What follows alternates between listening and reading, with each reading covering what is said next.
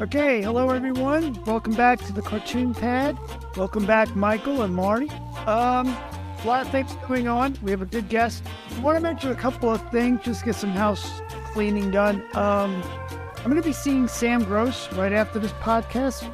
If people want to send him a card or make a phone call, he's at Cardinal Cook Hospital. And he's been asking cartoonists to kind of reach out, say hello to him. He'd appreciate that. Also, Mocha's coming up April 1st. I'll be at the table for the National Cartoonist Society on Saturday from 1 to 3 or so. Come by and say hello if you can. What's a mocha? Mocha! With a mocha, I'll have one, thank you. Yeah. With a crawler. That is the thing for the cartoons. What does mocha stand for, Bob? Yeah, I'm not even sure. Remind me not to stay involved enough to actually ask a question. It's like a mochaccino, but with cartoons. Yes. I hate to bring this up, but you are the producer. The mocha, the merrier. Yeah, Marty, that was your research to do before the show. It's the Museum of Comic and Cartoon Art. Oh, that's pretty cool. Mocha. MOCCA Arts Festival, or Mocha Fest, is an independent comic showcase that typically includes artist booths, slideshows, educational panels. It was created by the Museum of Comic and Cartoon Art in 2002 by bringing together over 2,000 artists, publishers, and editors, and enthusiasts. That's a little thing called producing. Well done. Coming up Saturday, April 1st to Sunday, April 2nd in New York City. How much are those tickets, Marty? The tickets are... They're very cheap. They're $27, I think, for the day. And for the whole weekend, you can get a pass for like $35, and you can't put a price on art. You can, and they do. The tickets can be purchased through the Society of Illustrators. Oh, my. Online. And it loads very slowly. And that is what I can report to you right now. And that was off the cuff. Well done. Thank you. In other news, have you guys been following Skigate? I've been following Skigate only because you are doing such a good job covering it. All I know is that, what's her name, the goop girl, Gwyneth, ran into an old man skiing. Allegedly. And he is angry that she ran into him, and it caused him pain. Trump. And now he is suing her for stupidly running into him. Is that correct? It's very close to the case going on with the podcast, in which Michael is suing me for Trump. So isn't there an implied risk to like skiing or doing a podcast that it's going to get kind of fucked up anyway? Not skiing podcasts. People always say. Oh. Now, he made the testimony this morning that since the accident, he has not enjoyed any of his wine tasting groups. He no longer can taste wine. But then he made the confession, I suppose, that he drinks and skis. Wow. So the influence. So the guy that got hurt was drunk when he was skiing? That's what I'm thinking. He's an optometrist. But she ran into him because she was out of control skiing? Well, the thing is they're each accusing the other one of being the person who skied from uphill, and that the other person skied into them. Paltrow says that she was still and she was run into, and the old man says the other way around. And then what's amazing is they're not focused at all about the witnesses. They have all these witnesses who saw the accident. Instead, they're all focused on this man's change in demeanor since the accident. And so they brought on his family, his daughters, and each of them are telling him how the father has now become a monster since the accident. And to me, it's like totally off the rails. It's amazing how these lawyers are going down this rabbit hole that we would never even think of. Yeah. Bob. Yes. You really need to get a day job. What are you watching, court TV all day long? Was this judge? He's right. He's doing cartoons about this. Michael, I'm doing what this thing. And you're doing cartoons about this Bob Costas thing. I'm only learning about this Bob Costas thing with the baseball rules because of the coverage that you're giving it in cartoons. Michael, you're trying to gag a gag cartoonist. No, I'm sorry. No, I'm not. You are providing service cartooning. No, what we need to do is get you on board on something. You've got to go out and look for an issue to get yourself preoccupied. Bob, I need a niche. A niche. You know what your niche is, Shaw? I have a niche for you. Okay, they're delicious. I understand. But don't eat too many eggs because they have That's right. cholesterol. Classic cars and car collecting and just people who love cars that are totally impractical. I feel like that's a good niche for you. That's a very good one. Car shows, car hobbyist, anything with do it. Because I know that my dad has had a Austin Healey 106 sitting in the garage since before I was born. And I have spent my entire life playing in this car, pretending to get it running it. We actually have had it running a couple of times. I took it out. I stole it when I was in high school to impress Oh, I the saw girl. that movie. I did the exact same thing as a Ferris Bueller. I took You did this a car Ferris Bueller. and I drove it down the street, and I had to push it home because Oh yeah. it just conked out. Luckily, it's a tiny car, so I could push this car home. That's a valuable collectible there you got, sir, in Austin Healey. Oh, it's a So, beautiful car. I was actually the official cartoonist for the North American Citroen Enthusiast, and my job was to produce a Citroen cartoon every month. And no, sir, Citroen. And that's the kind of car that Patrick Jane had in Yes, Mentalist. the Mentalist. In Correct. fact, one of my cartoons is Patrick Jane. He has his DS at the mechanic, and he goes, I don't care if you are the Mentalist. You never work on your own Citroen. You know, what are you, a fool? You're no Mentalist. Anyway, That's funny. That's a beautiful car. I'm amused. We've already made you vastly more interesting. I feel like we're making progress. Well, yeah, like can't fall off the floor, my friend. You know what I always say. Speaking of it, interesting, I think our guest is going to be fascinating. I am fascinated with her. So Yeah, there's a lot to cover. I'm going to ask the producer. Is she in the room yet? No. All right.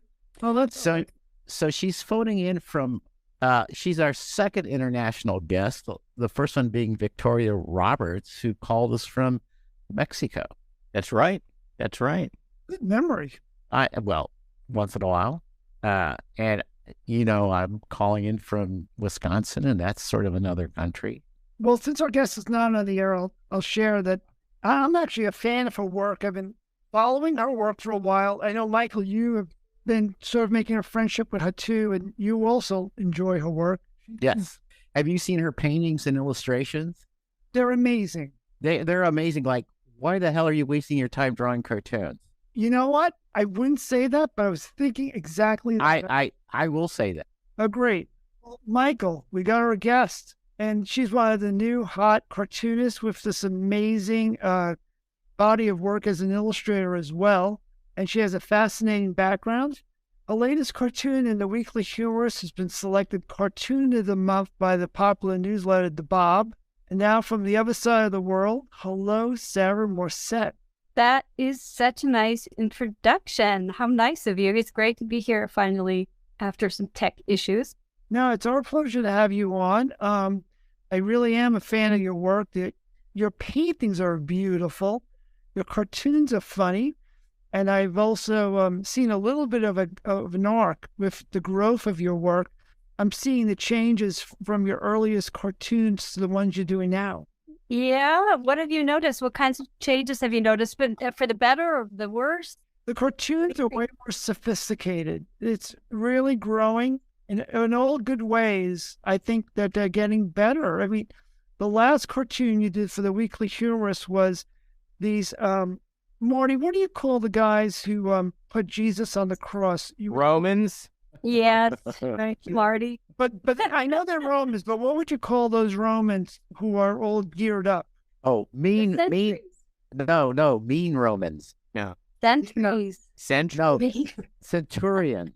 And now the caption, I don't have it memorized off the top of my head, but it refers to that these will all be great little souvenirs at the gift shop eventually. Yeah. Says to his friend, he says, we should make miniatures and sell these as souvenirs of the Thank people you, being Marty. crucified in the background. It's a perfect cartoon. Thank it's you. a perfect cartoon. There's so many layers of humor in the cartoon.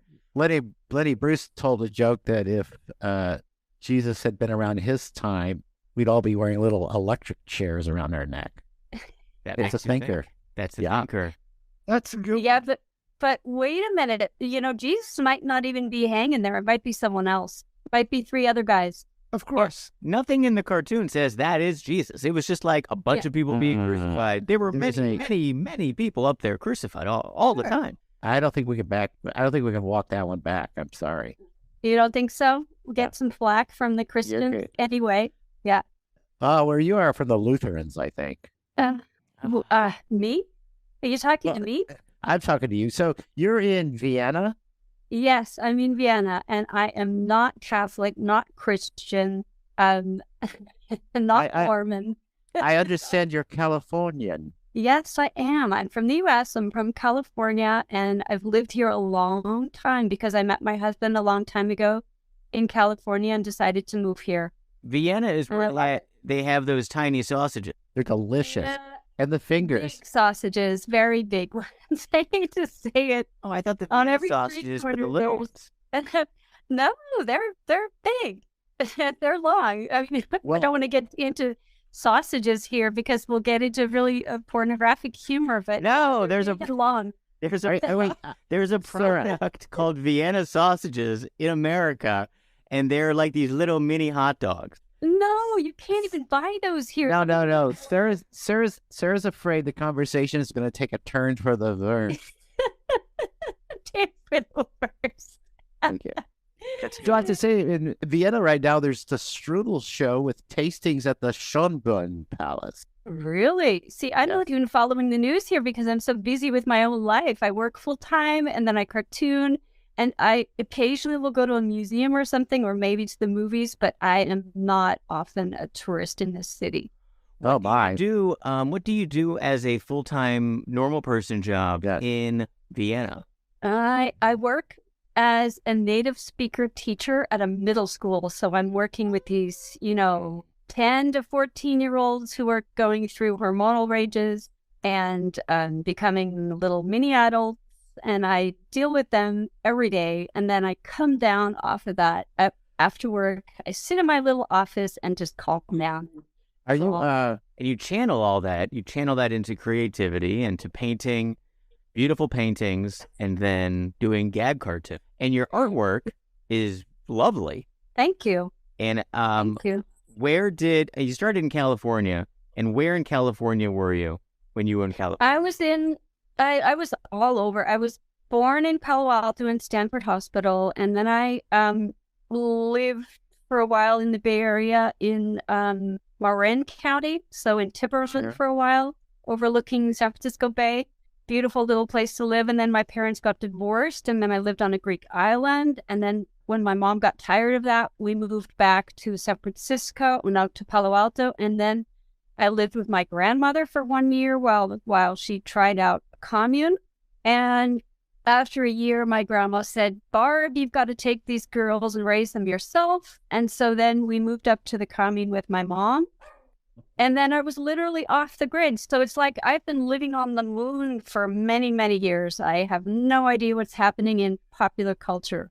So I have to ask a question. What Greek island? The island of Rhodos, which is Rhodos, down in Turkey. Yes, exactly. Very Mamma Mia. And I lived in a little town called Lindos, which had a castle on the hill, a beautiful little fishing village. Well, our little point of commonality is I lived in Greece for about 1.5 years, and I taught in these places called Frontisterians. Really? Dog. Yes. Where? It was lovely. Where? Wait, Bob. Oh, Bob left too. Marty, you get. I'm running the show. I've never been to Greece, and your life sounds fascinating. And you've been to all these different places, and you've moved all around, and you got into Vienna from California because you met your husband in California. Right. I was studying at UCLA, and I met him down there. But is he from Vienna? Yes, he's from Vienna, and he was here on a quick little business trip.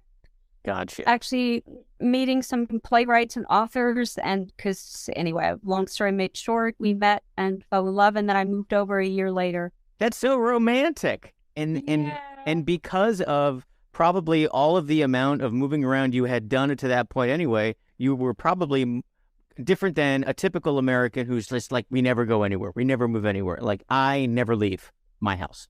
I never go places. I'm like, I don't really go. But because you've been kind of like, you're kind of all over. You were just like, let's go to Vienna. Boom. That's exciting. Yeah. I sold everything. I had a big garage sale and I didn't have 1 ounce of fear, I guess, because I knew I wanted to be with him. And then I just moved over and it worked out. Were you an artist at that point? Had you always been drawing, painting and stuff like that back then? Yeah, I've always been drawing. Up on the commune, I was introduced to the art of Art Brown and Zippy the Pinhead and Bill Griffith and the Fabulous Furry Freak Brothers. And so there was all this hippie stuff on the bookshelf, and I looked at it all when I was a kid, and I used to draw a lot with my sister. So I started drawing then, and then I started painting later. When I got to Vienna, I started painting, and then I got tired of that and started cartooning. Okay, so the cartooning is pretty recent. Mm-hmm. I started 4 years ago. What was your first published gag cartoon? That was for Accounting Today, and that was 2 squirrels with nuts. One of them organizing his nuts, saying, "I'm getting ready for the auditor." That's a good one.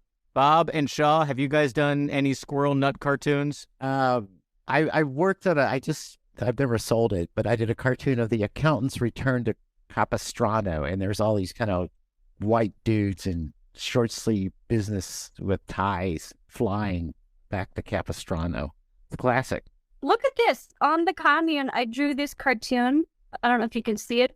When I was I think I was 11 or 12, and I drew this cartoon, and it says there's an old, unattractive woman saying, "At least I'm rich," and a young, beautiful woman saying or thinking, "At least I'm beautiful." Oh, that's ironic. And a lovely Chanel bag, it looks like. And it's nice. I love drawing it. It's nice that they're hanging out together because each one can help the other one a little. Yeah, in a way. So that's actually my official first cartoon. It just was never published. Well, fascinatingly, at least to me, my first official cartoon was in the Athenian Monthly in Athens. And it was this very European-ish spot drawing of a waiter. And I think I was paid like 20 drachma, which was like 12 cents, and a bottle of ouzo. Nice. I like ouzo. Oh, the rest is history. Nice. So, were you heavily influenced by you seem your cartoons seem very American. I was, I keep thinking that you're over there, you're in Europe, you like doing these kind of delicate kind of visual puns of butterflies on mopeds, but your stuff's a little gritty. Well, there's some anger there. Would you like to talk about it? I'm still an American at heart. I still think like an American, draw like an American. I still read American things and watch American movies. And I still, read the New Yorker. I have for years. So, yeah, I guess, I draw American cartoons. They do. Have you looked for markets in Europe? I mean, is that a difficult nut to crack? I would never do it here because they're all looking for political cartoons and I don't draw those.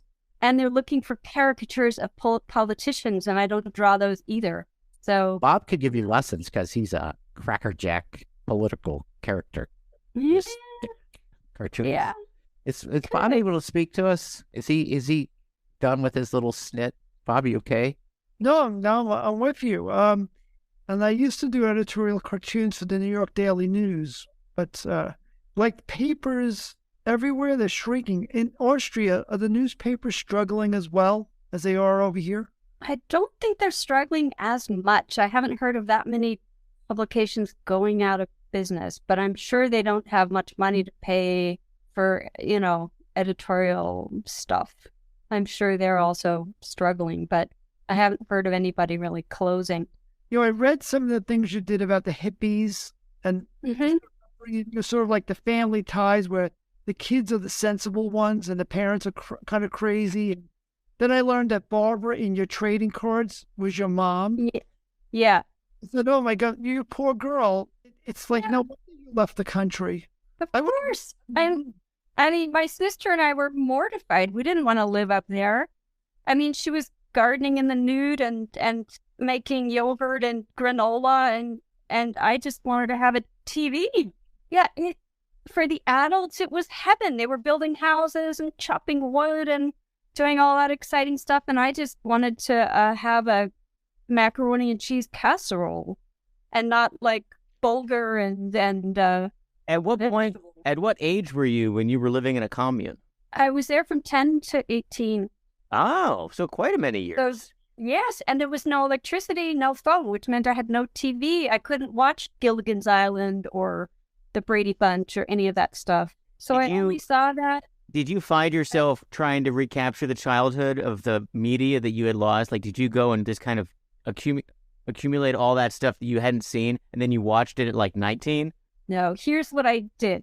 Here's what I did, Marty. I binged it all in the summer at my grandma's house. Because we would leave the commune and stay with my grandma for the summer, and my sister and I would just junk out on junk food and Captain Crunch and TV. And my grandma let us watch everything and have everything we wanted. So my grandma was heaven to me.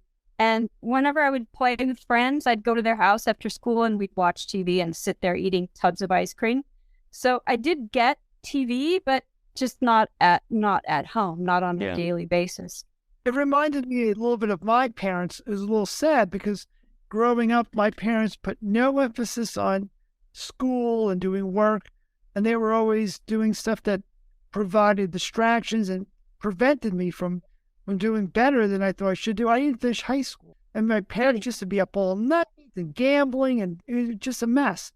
And I felt, just going back to your cartoon book about your hippie life, you have a book on your website, and your website is, I want to mention, Morrissette at AT, which is MORRISETTE.AT. And there you go by Sarah. Wait. Stop you there. I'll stop you there real quick. It's double R, double S, double T. Oh, okay. I only have one S. So Yes. There are no vowels. It's it's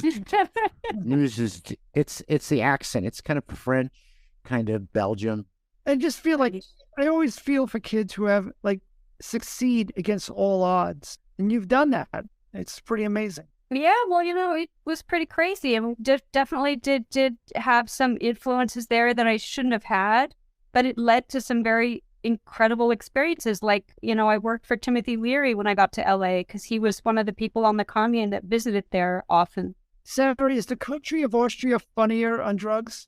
I wouldn't know because I don't really know anybody who takes drugs here. I grew up with people who took drugs all the time. Acid, mushrooms, MDMA, I mean, you name it, they took it. But I don't know anybody here does anything other than, smoke a little weed. Is Austria a funny country? Oh, yeah, they're very funny. The Viennese have this really, really funny accent and very sort of black humor. They really, really have a great sense of humor. Bob, you've had a schnitzel before, haven't you? At any country that has a dish called a schnitzel, they're kind of fun. They're going to amuse you. There's a And some strudel. there's a cartoonist. There's a cartoonist in Berlin that I publish whenever she sends stuff, and it's Hillary Allison. Do you know Hillary Allison? I've heard of her. Yeah. She seems like she's in your country-ish. How close to Berlin are you from where you are in Vienna? No, I don't know Hillary Allison, but I know Hillary Campbell lives right in Sonoma, where I used to live, where my dad lived. So Hillary Campbell lives in Greenpoint. She's up the street from me in Brooklyn, actually. We went to that cartoon contest party a couple of weeks ago. In summers, she goes to Sonoma, so I was hoping to meet up with her there. Yeah.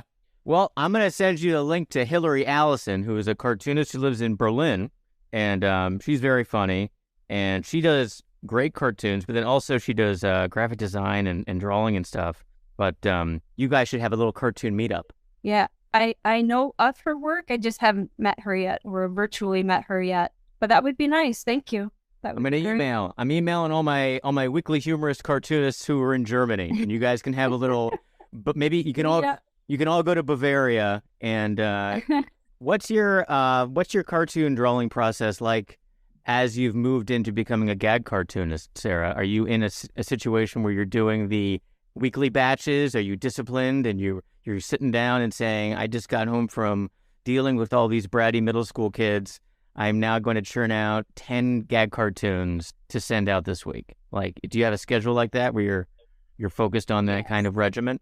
Yes, I love schedules. I love regimens. And thank you, Marty, for bringing this whole thing back down to earth again. I have my schedule and I stick to it. I submit 10 a week. And last week, for the first time, I submitted 9. So I kind of feel bad that I'm submitting less. But I figure, as long as they're all good, I shouldn't worry if it's less than 10.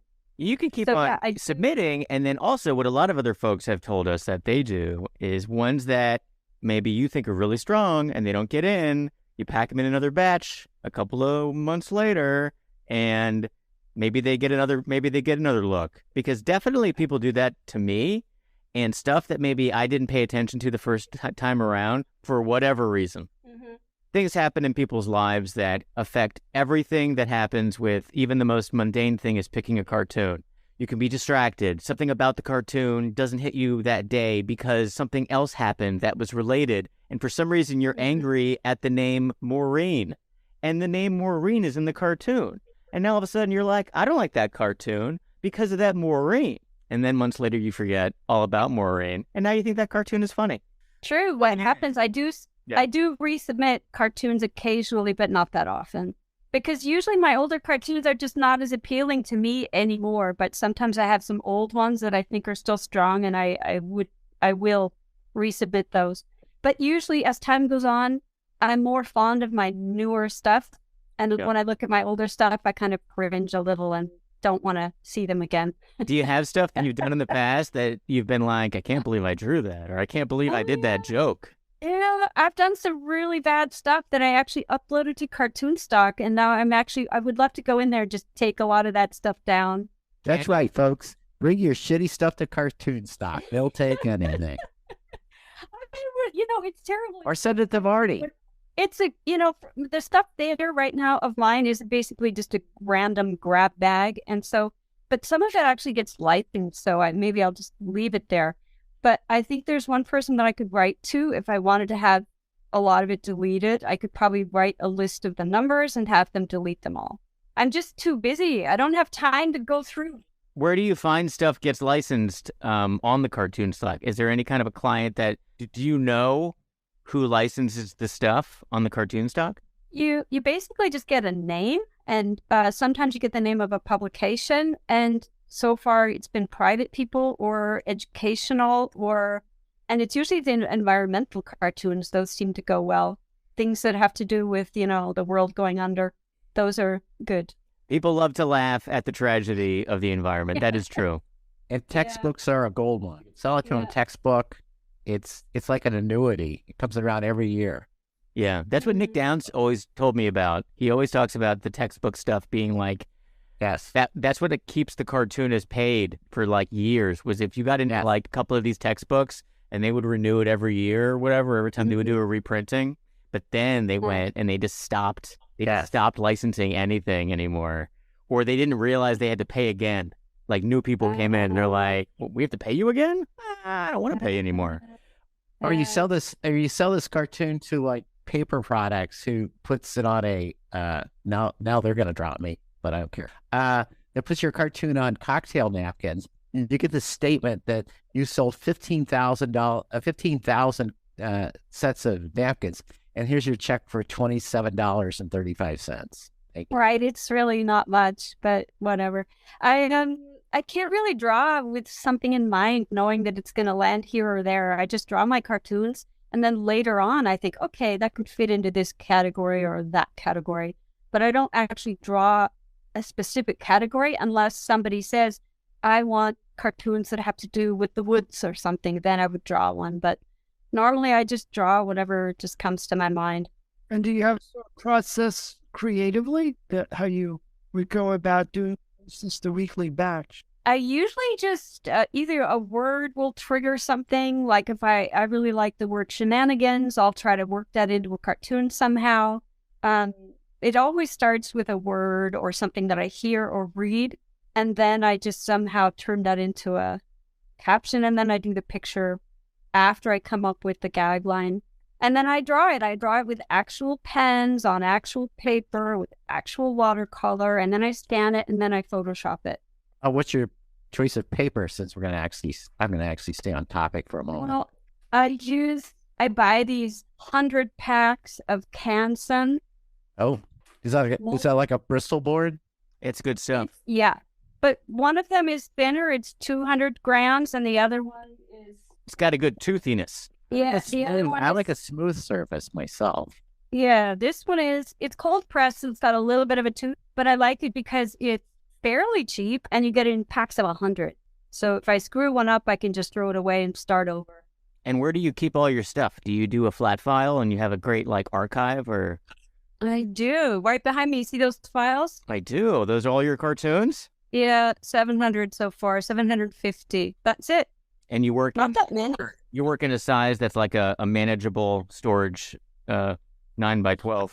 Yeah, it's a little bigger than 9 by 12. That's something good. like that. Yeah. In my earlier days, I was working on, I had this insane, stupid process, and it came out to this beautiful, I would do this masonite. I would cut this masonite board.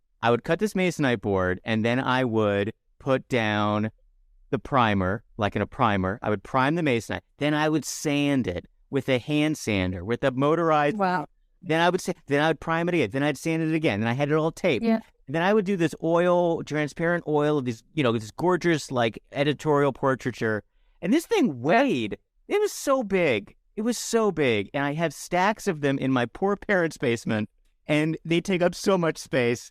And they're always like, so are we going to get rid of these? I was like, no, we can never get rid of this. This is my Marty, then the Renaissance was over, right? And then you moved on to stained glass. I don't know what I was doing. And then when I actually started doing editorial stuff for actual newspapers, they needed the work in a day. They would give you a deadline of like a day. They'd give me the article, they'd give me the size, and then I would do it on paper, and I would do transparent oil painting. So I would do oils and terp on paper, and then I'd scan it in on a scanner, and the scanner would get covered in paint. And then I would just Photoshop it. And then I have these pieces of paper all over the place. They're under my couch. They're everywhere in my apartment from years of the... Wow. But going from like this crazy masonite junk to just like whatever paper I could find, I would just doodle on it, and that would be a finish. Huh. Things become so less... fascinating. That's fascinating that you really worked like an old master. That's what they did, was making the canvas, priming the canvas to be so smooth that you can't even see the texture of the canvas. Yeah, now he's just Sharpie and paper bag. I know. It's like everything just kind of flew out the window because of speed and necessity. Of like, I don't have time for this. And like, where am I going to put this? This is so impractical, but I did it for such a long time while I was in school. Like, I don't know why, but I thought it was so important. And it's fun. I still have them, and like, they're so durable. Like, they'll last forever. And everybody needs to have a gigantic caricature of Conan O'Brien with Triumph the Insult Dog for some reason. I have it. Okay. Yeah. Cool. That reminds me a little bit when I worked for Timothy Leary. One of the things he had me do was organize his archives, which was basically his garage, like your sofa, like under your sofa. I was organizing all of his crap. I went in his garage, and there were just all these boxes, and opened up the boxes, and they were just full of just miscellaneous items. So I literally had to organize and separate the baseball caps from the paperwork, from the T-shirts, I literally had to sort all that stuff out. You didn't stash a few things, I didn't. I should have. I didn't. But, I had to do a bunch of crazy things for him. Not just that. I had to buy his gin and tonic. Yeah, would Timothy go, so have you fed the unicorn? He's back. Can you tell me about this Timothy Leary? Because you all know who this person is, and I just looked it up, and he's a druggie psychologist. Is that what this person is? He's a psychedelic forward-thinking doctor. He was a Harvard professor, psychology, and then he got high one day, I think on acid, and decided, hey, this is a great thing. We can use it for changing our minds and for the betterment of humanity. So he started doing studies with his students. He started getting them high. And then he ended up getting arrested, of course, many times. And and just became basically the psychedelic guru who was going around saying things like, turn on, drop out, tune in. And what's right. And you know who was a huge fan of doing acid was Bob. Me? Bob is stoned right now. No, Sarah, he was also a bestseller. I mean, he had Yeah, he was. one of the most He was. popular books. Did you meet anyone interesting through him during a time as his assistant? I did because, the reason I knew him was because he was friends of Michael Horowitz, who lived on the commune, and Michael Horowitz's daughter is Winona Ryder, the actress, and she was going out with Johnny Depp at the time, who's also friends with Timothy Leary, so I knew them. I met them a few times. Yeah. This is an amazing network of people that you met from this commune life. So interesting. Well, they just happened to live there, so what can I say? And then Winona needed a guardian when she was on set in LA. And so I was her guardian on set when her parents couldn't do it. And then she was getting together with Christian Slater. I think that was her first boyfriend. And then she got together with Johnny Depp. And then, so yeah, I was around for all of that. What set? Were you on Beetlejuice? Yeah. You were on Beetlejuice? No, but I was there for the opening night. Stuff. I like how Marty is one of the most important philosophers of that hippie generation, Tim Leary. But he gets all excited about Beetlejuice. Tim Burton? Are you kidding? Edward Scissorhands? Come on, this is amazing. Yeah. Yeah. The rap party was amazing. The rap party was absolutely incredible. Yeah. So it's fun memories for sure. What was a memory from being? So you had been on the set of Beetlejuice before? No, I didn't. I was on the set of Heathers. Actually, I remember being her. Yeah. Heathers. Yeah. Heathers was a really good movie that was traumatic, like a traumatic memory for me. Like I remember seeing that movie and it being so disturbing that I couldn't sleep because of parts of that movie. And then I'd revisit them and I couldn't sleep again. Like there's just parts of that movie that got real dark, right? It was just like, yeah, it was black comedy. Yeah. But yeah, that's when I knew her. And then I finished my degree and we lost touch. We never really became super close, Winona and I was just like her boring big older sister kind of. And then we just lost touch and she became so super famous that I just, That's exciting though. And you guys are bonded for life though, because you don't just forget the friend that you had as a guardian at the commune. Like that's not just someone you forget ever, She hasn't. No, I'm sure she hasn't forgotten me. She's just busy. Yeah, it seems like throughout all of this, you seem like typical cartoonist Sarah that's sort of the spectator, observer, making commentary what's happening. But you yourself were not really a hippie, or you didn't go into that whole culture, and you kind of were seeing it from that sort of lens. I did dabble with that stuff when I was up there. Of course, I did try smoking, and I didn't really get into it that heavily. And then, of course, I did try growing, but I also didn't get into that too heavily. I mean, yeah, just to make a little money. That was my first job, was trimming dope. Well, now it's a mainstream profession, so it's lost its cachet. Yeah, it's not as much fun now that it's legal. It's so weird. In New York, it's like every 100 feet is now like a CBD pot, shop that's completely legal, and people just walk in and out, and it doesn't matter. It's like it's such an interesting thing that you grew up in a place where everything was like it was illegal and psychedelics, all this, and now it's people are just like doing it, and like no one. You can walk around New York, it just smells like skunks all the time because everyone's just high. So when you miss that lifestyle, do you just go to Amsterdam for the weekend and hang out? Me, I don't miss that lifestyle at all. There were helicopters flying overhead trying to bust us. They were coming down and chopping down all the trees. People were afraid of, being busted. People were, my mom had a shotgun and would sleep at her patch at night. I mean, They're like moonshiners.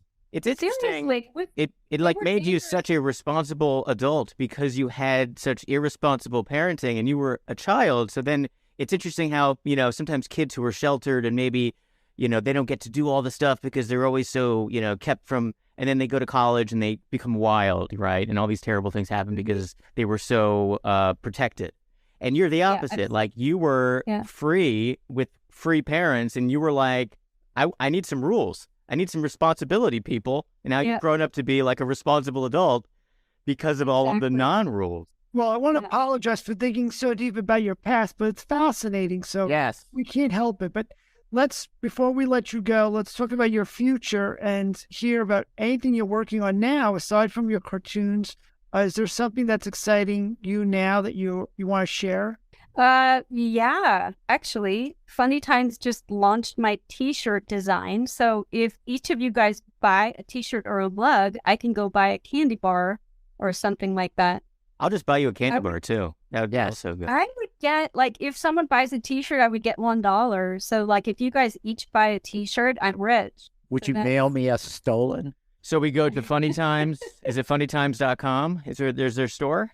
Exactly. Funnytimes.com. And yes, there's a store. And on my Instagram, there's a link to Okay. the store. So in case anybody's desperate for a t-shirt. Yeah. What's So on your let's- t-shirt? Can you let's give us a do little that. content? Well, you know those Venn diagrams that everybody loves to do. Oh, it's the one with the coffee? Yeah. Do you have one with wine? It's one with coffee. It's one with eye, and then the heart in the middle, and then there's Yeah. a cup of coffee. I mean, I'm sure it's been done a million times, but they liked the design. No, it's very good. I saw that just for the first time today. And I want to thank you for sharing that Funny Times video, in which I don't know who that was, but they were reading from the Times, the Funny Times, and they were reading my story. Mm-hmm. That was very nice. I don't know Yeah, if it was it was sweet. Mia or one of the editors, but thank you for that. And it's always great to see you in Funny Times and see your work there. It's I don't know what's in April. I've heard I have 6 cartoons in April, and I don't have it yet, so I'm curious which ones they've taken. I don't know. That's great. And then there's another thing coming up that I'm super excited about, but I'm not going to tell you anything. A famous cartoonist is coming to Vienna, and I'm going to meet this person. And I'm telling you, when I meet this person, it's going to be better than selling a cartoon to the New Yorker. Do we have Okay, some well- initials? Yeah, give us initials. No. N.O. NS. NS. Michael no. Shaw. The great. No. Let's No if it, spoilers. All right. Well, they kind of gave us a teaser like that, and then just all right. Hey, one thing I want to ask before you go. You said something about Emma says you can only submit 7 at a time. Is that true? yes, and they have to be in alphabetical order. They have to Oh, be in stop. alphabetical order, and they all have to be about fruit. Yes. No, we never said Stop. that. There's no such thing. We never said there has to be 7. I'm not sure where you heard that, but I know that we said when people say there has to be 10 to a batch, this is all kind of made up. It's sort of a thing that snowballed because some other cartoonists, they won't reinforce this, but someone else kept on saying that there should be 10 to a batch. But No, Bob said that. Bob Mankoff, Mankoff said that all the time. Yeah. Send 10. And that was he might have said that at times, but people sent in all different amounts. There were people who have always sent in way more or way less. yeah, don't do that. Bob said 10. Emma said 7. Stick to it. Quit freelancing, Bob. No, I disagree. You can do what you want to do. You don't. I'm not doing what I want to do. I'm doing what they told me to do. You're doing what you want to do. I don't. I don't. We think need to talk anyone about this. said- I don't think anyone said you had to send in a certain amount of cartoons. Yes, they did. It's well. I'll send you the documentation. Michael, I think you're right in the fact that yet somebody, sometimes, somewhere in the past said submit 10 a week because it develops this kind of self-discipline. You have to produce a lot of work to produce anything good. So the thing is, you have to produce a lot. And if you're only doing 2 or 3 cartoons a week, you're never going to get that. I do think. I think that's sort of a gatekeeping process too. So if you're gonna do No, 10, you'll never get better at it. The more you do, the I better never you got get. better at it, and I drew 10 all the time. Dude, you've got awesome cartoons. Are you kidding me? Yeah, I'm One that- kidding. You're clinically boring. That's my favorite. Oh, really? Yeah, I love that one. I don't. Yes, That's yeah. been a while since I've seen those. You I just made agree. Shaw's entire month. You did. You made my whole day and maybe part of my evening. That cracks me up, that one. Oh, that's It funny. just, I don't know what it does to me. And Bob, you know, your favorite one is the one with Darth Vader at the reunion. That just, Darth? that gets me every time. I love it. Vader. Oh, thanks. You Just made looking at it cracks me up. He's a little bit portly, and she's like, Darth, is that you? That is a funny cartoon. That is a funny cartoon. Don't tell Bob that. These two, Sarah, these two guys constantly forget that they are amazing cartoonists.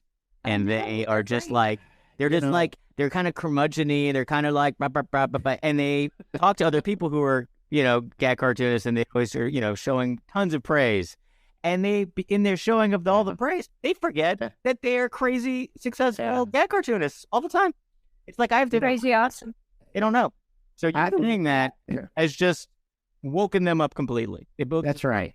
'Cause So it's like- it's exciting. It's exciting knowing that I'm talking to two legendary New Yorker cartoonists and one of the two Bobs. I mean, Bob Mankoff and Bob Eckstein. You guys are both championing cartoons and cartooning, and Bob with your newsletter. I think it's just great what you're doing. I do have to ask, do you find signing your name a nervous activity because it's so long? It's got so many extenders and, the nib, and, sometimes it's like flowing, and sometimes I'm looking like, oh, she's to the second S. Is she going to make it to the E? I know. I should shorten my name. You could go by Mo, just M-O. I could. Or No, that's it. I like your name. I think it's got a nice musical beat to it. It does, but it's one of the longer names in print Yeah. that I You know what I see. should do? If anything ever sells, I usually go into Photoshop and just, select that area and just make it smaller. You know what I used to do? I wrote my name in one time that it was perfectly acceptable for an illustration for the New York Press, and I would just copy and paste it, and I'd change the color tint so it matched the artwork. And I was like, Good one. and I would just repeat it because I was like, I don't feel like doing this every time. Like, sometimes you'd write your name wrong. You'd write the M wrong. You'd write the A wrong. And like, I would write my own last name. Like I'd be like, oh my God, that D looks terrible. So I just started copying and pasting one that looked good. So I think I wrote my name one time. I could do the same thing, but No, for some reason it's that's what? Sorry, how did you that? Don't that's terrible advice. The least we could do as cartooning is to sign our own name each time. Sarah, ignore what Marty said about that. This is coming from You Bob. do what you want to do. But you write 3 letters. B-O-B with a little N on the B-O-B. top. Yeah, your signature is like nothing to write. But it's got a little smile But underneath. Sarah's celebrating each time she completes a cartoon with that nice long name. It gives us a chance to contemplate what she just accomplished. Yeah, Bob, you can rest assured I sign every cartoon by hand. And sometimes your signature wanders around on your cartoon. Yeah. And you It does. never quite know where to put it. It's not really. Yeah, sometimes it's on the side, or I'm not consistent. I'm never consistent, which maybe good, maybe not. No, I like it. I do. No, And it's- sometimes I notice maybe different pens for the signature. And I'm going to be following your paintings. I really love what you do with your paintings. I think the way you capture light and stuff is just beautiful. Thank you. I just got an email yesterday from somebody who wants to buy an original of my best-selling image. So I just jacked up the price, and they didn't really reject it. So I'm going to paint it soon, a large format. Nice. Yeah, Sarah, how large are those paintings? And they're at the website too. We're going to repeat the website. That's MORRISSETTEAT. And you can see Sarah's paintings there. They're really lovely. Thank you. Yep. Is the one that the person wants to buy one of the divers? Yeah, one of the divers. They're the ones that sell best. And it's one of the most popular images. And They're so graceful. Thank you. The original image of that particular one that they want was small. And so, but they would like to have a bigger version of it. So I could do that, basically. I just have to build up a fresh canvas and do it when I have time. I don't know when. I have so little time. Well, speaking of which, I'm not going to keep you much longer because we had the difficulties getting started, and we do appreciate how you kept at it. And just like a true cartoonist, you persevered. You did not give up. You just did not give up. So it was really great to meet you, and I want to keep in touch. And we're going to see you get only better and get everywhere. I know that you're going to be really big. We're following your career, Sarah, so don't let us down. Yeah. Thank you, you guys. No pressure. No pressure. No pressure. It's been great. And Marty, thank you for hosting this party. And you've been great too. Appreciate it very much. Of course. Nice. Great cartoons. I always love putting one of your cartoons in Weekly Humorist. They always do. Thanks. They always do well. Especially, I mean... Agree so far. Well, the one is coming up, right? Another one is coming up. Yeah, we have another one coming up. And I'll definitely be obviously sharing the crucifixion one for Easter. You know, got to get in the season, got to get in the spirit. Oh, I'm gonna have to send you some more Easter cartoons. I have some more. Yeah, I'll send you another batch. Sounds devious, I think. Good. I love telling religious cartoons. I have cartoons about Jesus than any other subject. I was an altar boy, so that was the thing. But that's why I love your cartoons so much. He was an altered boy. Neil. I have a few in mind. I hope I haven't sent them to you. Well, anyway, if I haven't, I'll put together a batch for you. Okay. Okay. Well, thanks again. I want to say goodbye to everyone listening, and thanks everyone for hanging out with us at the Cartoon Pad. And until next time, let it be written, let it be drawn. Thank you, Michael, and thank you, Morty, and special thanks to Sarah. Auf Wiedersehen, Sarah. Auf Wiedersehen. Ciao. See you guys.